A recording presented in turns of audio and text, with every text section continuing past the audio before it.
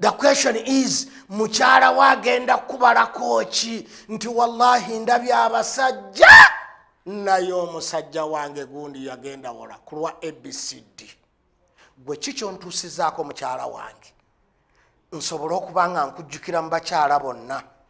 Gwe kikyo otuusiza ku mukyala wo ku mwami wo nti mu bantu bonna gwe gwalijjukira ku ekyo kiki ky'omukoledde ng'abadde hopeless okukifuna elsewhere.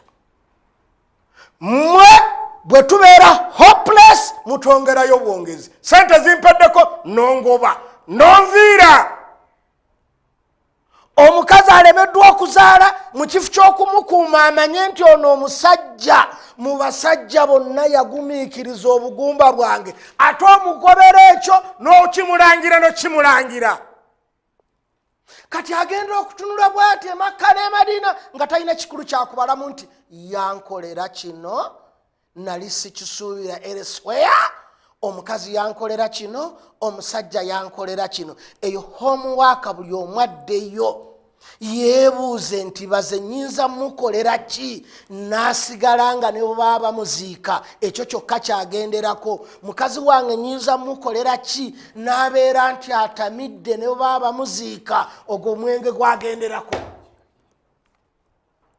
Ekyo buli omu agende nakyo akirowooze, asome munne obulamu bwe kikye bwetaaga, life ye kikye yeetaaga, wo wali loophole nga nnene gwogibeere asobola okubanga in her life oba in his life tamanyiyo kye bayita musajja okujjako gwe ng'oli tamanyiyo kye bayita mukyala okujjako gwe.